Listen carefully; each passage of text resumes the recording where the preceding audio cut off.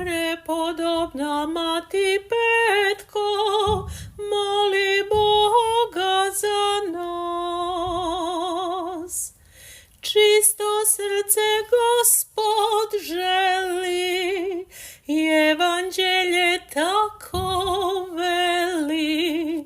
Čista djeva ti ostade, čisto srce Bogu dade. O predivna svetiteljko, našu zore sveta Petko.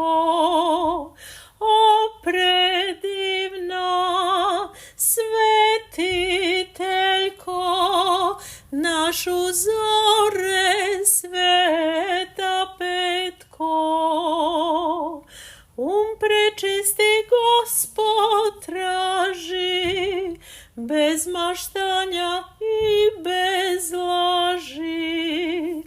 Ti mu dade prečisti, ko anđelski takav isti.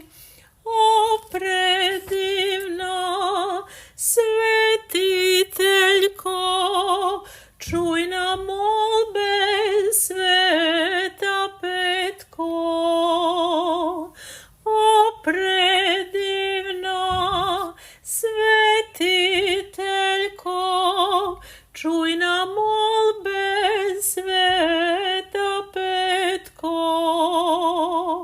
Dušu čistu Gospodište, ko nebesno svetilište, takvu dušu ti odgaji, što na nebu sad se sjaji. O predivna svetiteljko, pomozi nam sveta Petko. O predivna svetiteljko, pomozi